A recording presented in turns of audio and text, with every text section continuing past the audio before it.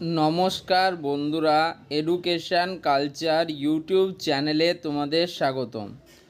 তো দেখো, আমি আগের একটা ভিডিওতে তোমাদের স্বামী বিবেকানন্দ মেরিট কাম মিন্স স্কলারশিপের ব্যাপারে বলেছিলাম।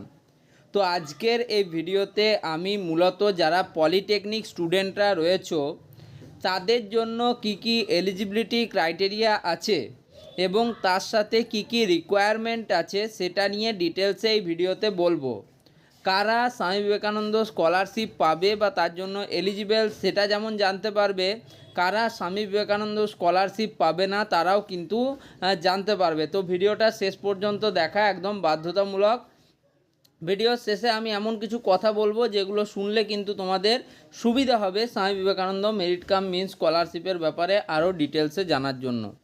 তো দেখো, স্বামী Vivekananda merit cum means scholarship scheme Paschimbanga সরকারের একটা অন্যতম প্রথম এবং প্রধান হচ্ছে স্কলারশিপ স্কিম। এই স্কলারশিপ স্কিমটা প্রত্যেক ইয়ারে মাধ্যমিক, উচ্চ মাধ্যমিক, বিভিন্ন diploma, technical, medical, paramedical, under graduate এবং সমস্ত ধরনের কোর্সেসের ক্ষেত্রে অ্যাপ্লিকেবল। তবে আজকে আমাদের বিষয় শুধুমাত্র পলিটেকনিক কোর্সেস। তো পলিটেকনিক কোর্সেসের ক্ষেত্রে তোমাদের যে প্রিভিয়াস কোয়ালিফাইং এক্সামিনেশান সেটাতে তোমাকে কিন্তু মিনিমাম 60% স্কোর করতে হবে। এক্ষেত্রে একটা কথা বারবার বলে দিই, তোমরা যদি ডিপ্লোমার ফার্স্ট ইয়ারে অ্যাডমিশান নাও সেক্ষেত্রে তোমাদের প্রিভিয়াস কোয়ালিফাইং এক্সামিনেশান বলতে মাধ্যমিক এক্সামিনেশানকে বোঝানো হবে।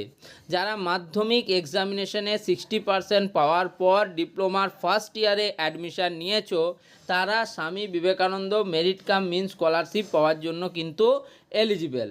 নেক্সট আসছি আমি হচ্ছে তোমাদের ফ্যামিলি ইনকাম কত হতে হবে।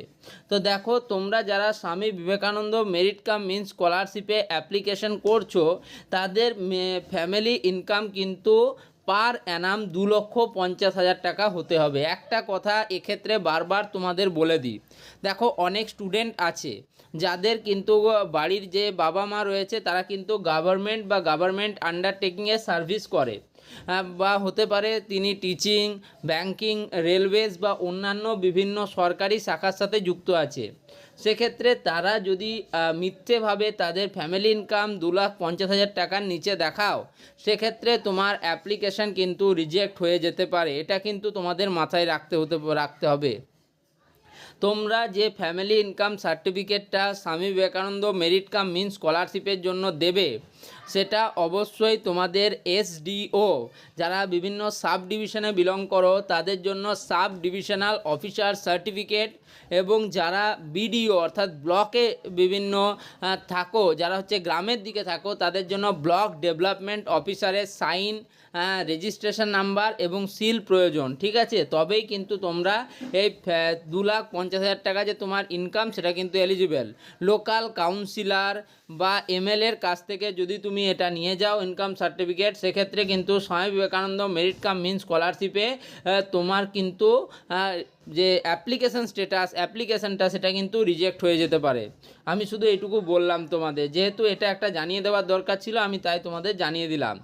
এবার হচ্ছে কোন কোর্সের জন্য আমি আগেই বললাম যে full time regular courses in West বেঙ্গলের জন্য কিন্তু এটা অ্যাপ্লিকেবল।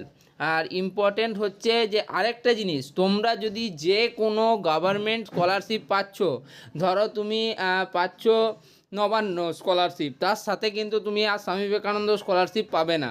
ওকে, তুমি যদি কোনো প্রাইভেট স্কলারশিপ পেয়ে থাকো, যেমন কোলগেটের স্কলারশিপ হয় কিছু, বিড়লা গ্রুপের স্কলারশিপ হয় বা টাটা গ্রুপের স্কলারশিপ হয়, সেগুলো কিন্তু গভর্নমেন্ট স্কলারশিপের আওতায় পড়ে না। সেই স্কলারশিপগুলো যদি তুমি পাও সেক্ষেত্রে তুমি স্বামী Vivekananda merit cum means scholarship application করতে পারো। বাট যদি তুমি কোনো গভর্নমেন্ট স্কলারশিপ পাও সেটা সেন্ট্রাল গভর্নমেন্ট হতে পারে বা স্টেট গভর্নমেন্টের বিভিন্ন স্কলারশিপ স্কিম হতে পারে, সেক্ষেত্রে কিন্তু তুমি আর স্বামী বিবেকানন্দ মেরিট কাম মিন্স স্কলারশিপের জন্য অ্যাপ্লিকেশান করলেও অ্যাপ্লিকেশান রিজেক্ট হয়ে যাবে। এবার আসি, তোমরা এখানে দেখতেই পাচ্ছ লেভেল অফ স্টাডি এবং কোর্সেসের মধ্যে তোমরা যদি দেখো ডিপ্লোমা কোর্সেস, তো ডিপ্লোমা কোর্সেসে লেখাই রয়েছে যে ডিপ্লোমা ইঞ্জিনিয়ারিংয়ের ক্ষেত্রে কিন্তু তোমাদের স্বামী বিবেকানন্দ স্কলারশিপ অ্যাপ্লিকেবল। তো দেখো, তোমাদের ডিপ্লোমা কোর্সেসের ক্ষেত্রে কি কি এলিজিবিলিটি ক্রাইটেরিয়া আছে সেটা আমি একদম ডিটেলসে বলছি, তোমরা শোনো।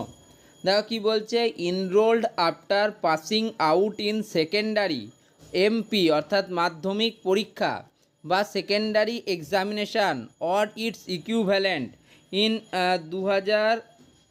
2023 for first year diploma or polytechnic courses. যদি তুমি 2023 সালে, এটা ছিল 2023 সালে, সরি এখন হচ্ছে 2024 সালে, তোমরা যদি 2024 সালে মাধ্যমিক পরীক্ষা বা সেকেন্ডারি এক্সামিনেশান দিয়েছো, সেখানে পাস করেছো এবং তারপর তুমি ডিপ্লোমার ফার্স্ট ইয়ারে অ্যাডমিশান নিয়েছো, সেক্ষেত্রে তুমি কিন্তু স্বামী বিবেকানন্দ মেরিট কাম মিনস স্কলারশিপের জন্য অ্যাপ্লিকেবল। অর্থাৎ বুঝতে পারলে, যারা এই বছর মাধ্যমিক এক্সামিনেশান দিয়ে তারপর তোমার ডিপ্লোমা কোর্সেসের ফার্স্ট ইয়ারে অ্যাডমিশান নিয়েছো, তারা কিন্তু স্বামী বিবেকানন্দ মেরিট কাম মিনস স্কলারশিপের জন্য অ্যাপ্লিকেবল। 2 নম্বর কি বলছে দেখো, for lateral entry to the second year diploma or polytechnic courses candidates must have passed HS or equivalent examination or ITI 2 years. যদি তুমি এমন স্টুডেন্ট হও যারা ল্যাটারাল এন্ট্রি থ্রুতে ডাইরেক্ট ডিপ্লোমা বা পলিটেকনিকের সেকেন্ড ইয়ারে অ্যাডমিশান নিয়েছো, সেক্ষেত্রে তোমাদিকে লাস্ট কোয়ালিফাইং এক্সামিনেশান তোমাদের হবে হায়ার সেকেন্ডারি বা এইচএস এক্সামিনেশান। অর্থাৎ 2024 সালে তোমরা যারা এইচএস পাস করার পর বা হায়ার সেকেন্ডারি পাস করার পর ডাইরেক্ট ডিপ্লোমার সেকেন্ড ইয়ারের ল্যাটারাল এন্ট্রি থ্রু অ্যাডমিশান নিয়েছো, তারা অ্যাপ্লিকেবল। একইভাবে তোমরা যদি ভোকেশনাল এক্সামের থ্রুতে ডাইরেক্ট সেকেন্ড ইয়ারে অ্যাডমিশান নাও, সেক্ষেত্রে তোমরা অ্যাপ্লিকেবল।